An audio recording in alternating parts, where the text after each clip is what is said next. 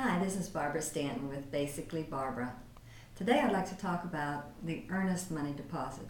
A lot of times a buyer will have concerns and worries about getting their earnest money back if the offer does not work out. First of all, if the offer is never accepted, then the earnest money is given directly back and everybody goes on their merry way. If the offer is accepted and the contract is negotiated, then there are about 6 contingencies that have to be met before the buyer would lose their earnest money. So let me go through those really quickly about what would happen if the buyer changed their minds.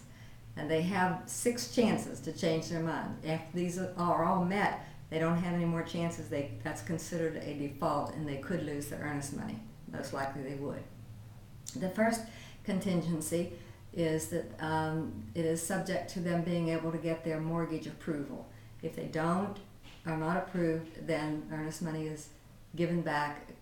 It's a release of sale is signed by the buyer and the seller, and the earnest money is given back. Another one would be if the professional inspection does not turn out well, or the buyer decides they don't want to get the house anymore.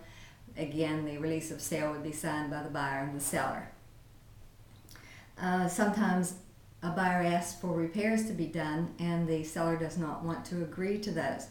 Then again, a release of sale is readied and the buyer gets the earnest money back. Then sometimes a house, well, most of the time they appraise for the purchase price, but occasionally they don't.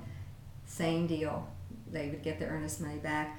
If it has active infestation, when they do the termite report or the Alabama wood infestation report, and it shows active infestation, the buyer can say, I don't want this house. It has active termites in it.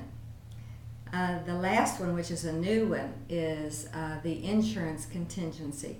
That if the debt to income ratio with the insurance added in becomes too high, the lender might not approve the mortgage, and or the buyer says, I really can't afford that much insurance on the house.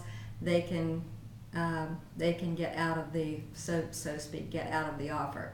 So with those 6 contingencies, it's very rare that a buyer loses their money, but they all are subject to the release of sale being signed by both the buyer and the seller.